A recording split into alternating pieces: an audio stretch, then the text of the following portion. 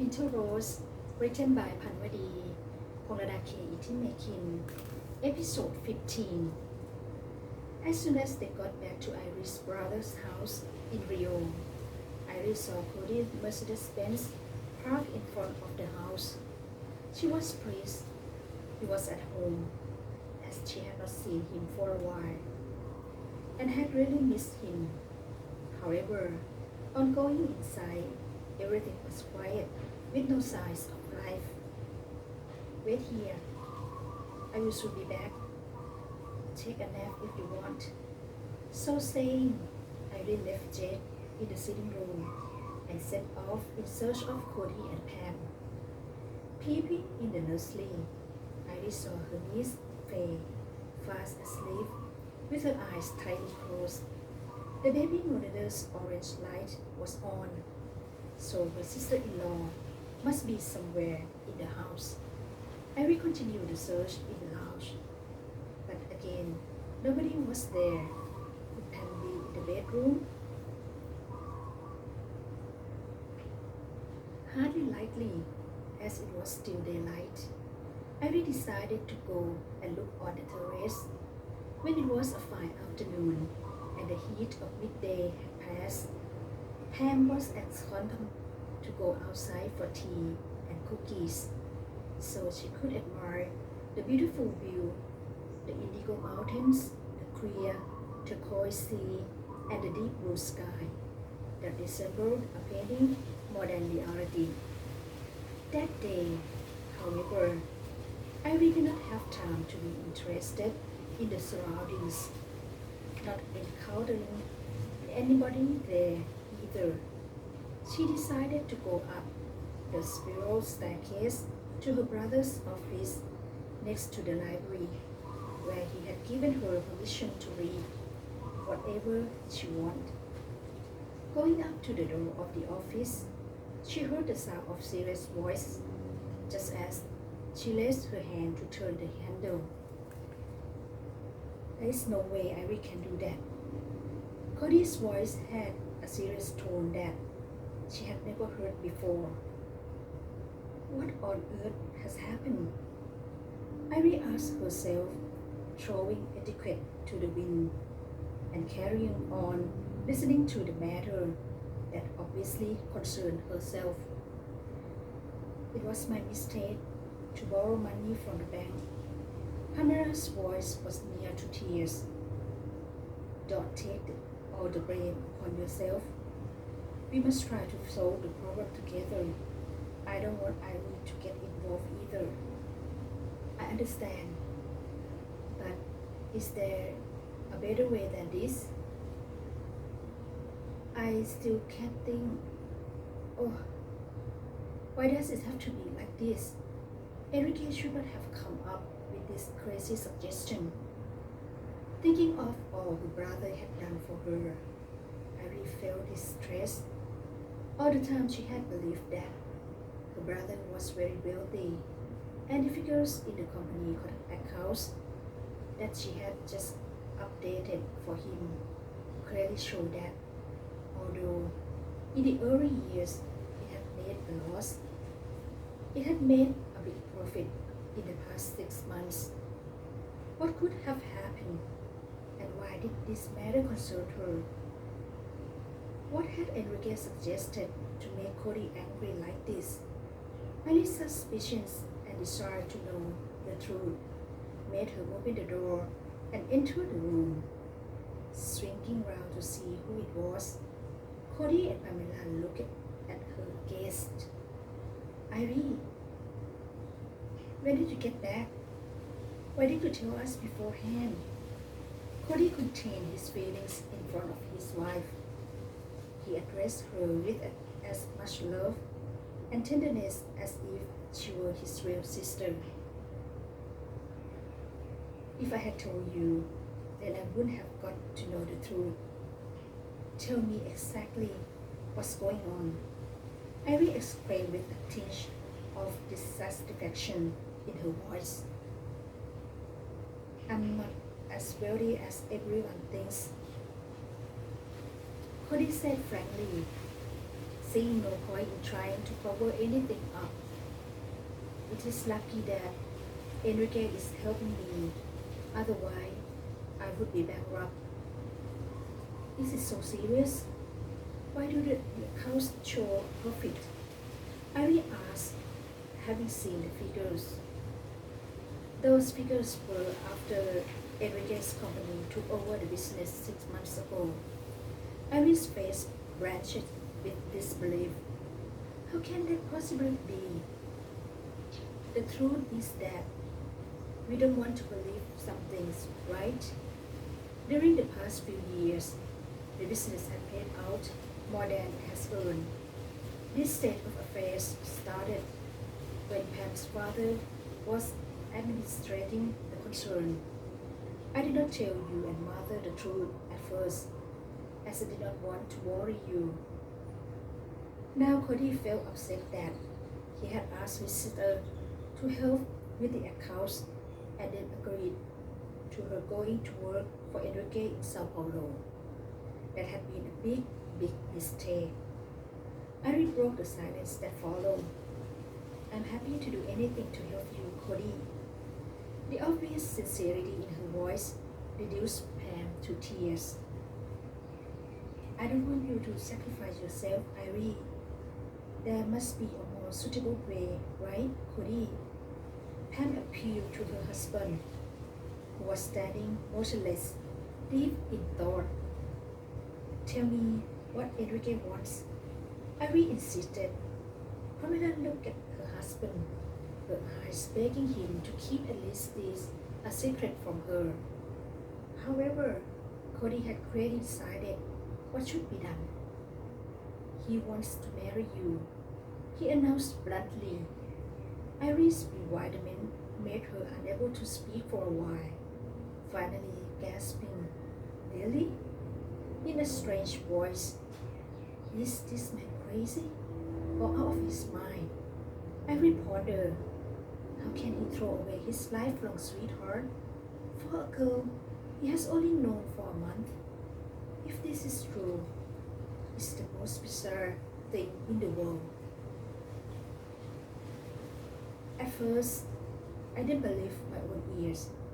Cody continued, but Enrique insisted that this is what he wants.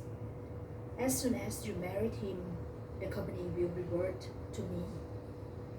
Irene had heard of marriage of convenience to annul debts, but had never thought such things could be true. Now that this very thing was happening to her, she felt strangely devoid of feeling. Anything apparently can happen in real life. Only a submissive woman who always concurred with the wishes of her errors could possibly agree to such an agreement, to such an arrangement, thought Irene, or else maybe someone aware of a deep obligation to her family. Irene now found herself in this quandary, wanting to pay back her debt to Karen for bringing her up so well, and to her brother for loving her for more than 20 years. She knew full well that her life would not have amounted to anything without all that these two people had given her. Why could she not give something back to them? If she could raise herself to marry Enrique, then the company would be returned. After that, she could divorce him quickly. Wasn't that her right? No one had said that after marriage she could not be divorced. If Enrique would not agree, she could run back to America, or at least fly to Mexico, where a person could divorce legally without the presence of their spouse. Planning her escape route like this made her decision easier. I will marry Enrique, Irene declared confidently. Think carefully, Irene.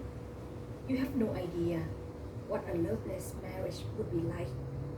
Enrique is my close friend, and I regard him as a good man. But they can't agree. He's too much of a playboy. I'm afraid that one day you would regret your decision. That's true, Irie. I'm sure that there is a better solution. Enrique is always good to us. He proposed this plan because he wants to help.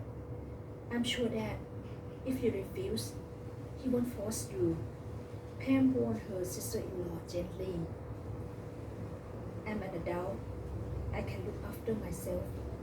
My decision is not for the sake of others, but for myself. I live Buffett. During the time we were together in Sao Paulo, Enrique and I became close. There was an accident and I was wounded. Enrique took such good care of me when I was in hospital, and we fell in love. If I don't say this, Cody and Pamela won't let me help. Thought Irie. She had intended to keep the accident a secret from her brother, but now she brought it into the open so that everything would sound convincing. Her story, combined with the rosy pink flush that suffused her cheeks, utterly deceived them. What accident? Why did nobody tell me? Enrique didn't say anything. Cody said, startled. I asked Enrique not to tell you. I didn't want you to worry. And if mother heard, she would be upset. I'm completely recovered now. I rehearsed to explain. If there is anything next time, you must tell me, said her brother, giving a deep sigh. And what you said about being close to Enrique, is that really true? You are not just saying it because you want me to feel better about everything. Cody questions her, wanting to know, wanting to be sure. It's true. Just now I was trying to find you. Just now I was trying to find you both, so I could tell you the news, and I found you here. At first, I thought that Enrique would change his mind when he got to hear about your financial problems. I was angry at first because I thought he was interested in me only because I was the sister of a wealthy man. But when I knew the truth, I felt better about everything. I did try to concoct a convincing argument. So you already knew about his returning the company to me? Check Cody, his face looking less strained. Not exactly, but I felt that Enrique genuinely wanted to help, just as Pam said. If you had confessed all this at the beginning, the affair would all be over by now. Pam said teasingly, flooded with relief. We were suspicious when you phoned to say that you had to extend your stay in Sao Paulo. Now we understood why Enrique has been chattering to and fro between Rio and Sao Paulo. The secret is out. Are you fully recovered now? He did not go back and forth because of me. He was engrossed in his work, not me. Thought Irie. Why do I have to tell my brother the truth about everything? Irie glanced at her left shoulder with its white bandage and sighed deeply before answering aloud. Almost. This at least was not a lie. The doctor had been satisfied with her recovery the last time she had met him. Good. Then I will tell Enrique that everything is settled. Cody's voice reflected his pleasure. I'm so happy for you, said Pamela, coming over to her sister-in-law and giving her a hug. She was overwhelmed by relief that the problem seemed to be solved. The happy faces of her brother and sister-in-law convinced Irie that She had made the right decision, and nothing would make her change her mind. You have known him for such a short time. Are you sure that you have made the right decision? Did you still change your mind? Jane questioned Ivy closely after she had told him the news. They were sitting talking in private on the balcony of Ivy's room. It was early morning. It was early evening, and the sun was starting to set. The tall mountains in front of them were dissolving into the darkness, with only the lights from the house piercing the gloom. Jake was devastated by his friend's news, never thinking that things would happen so quickly. Even though Jake was such a close friend, I did not tell him the secret plan she had formed in her heart. Promise me you will support me. She begged him. Of course, I have always supported you and will always be there for you in the future if you need me. Jake replied emotionally, squeezing her hand gently in encouragement. Remember, I will help you with whatever you want to make you happy. If the day ever comes when you are not happy, then let me know. Thanks. Ivy could hardly hold back her tears, painfully aware of her friend's goodness and compassion. How could she possibly not know that Jake was bitterly disappointed by her decision? Yet, he had shown no anger, nor blamed her in any way, accepting the truth like a man. Her imminent loneliness and uncertainty about what was going to happen made her yearn for a safe harbor, if only temporarily, and she collapsed in tears in his arms for the very first time since they had known each other. Well, I come here and find you two lovebirds, building and cooing together. A familiar stern voice startled Ivy and made her spring away from Jake's embrace. She spun around in Enrique's direction, angry that he had entered her room uninvited and without her permission.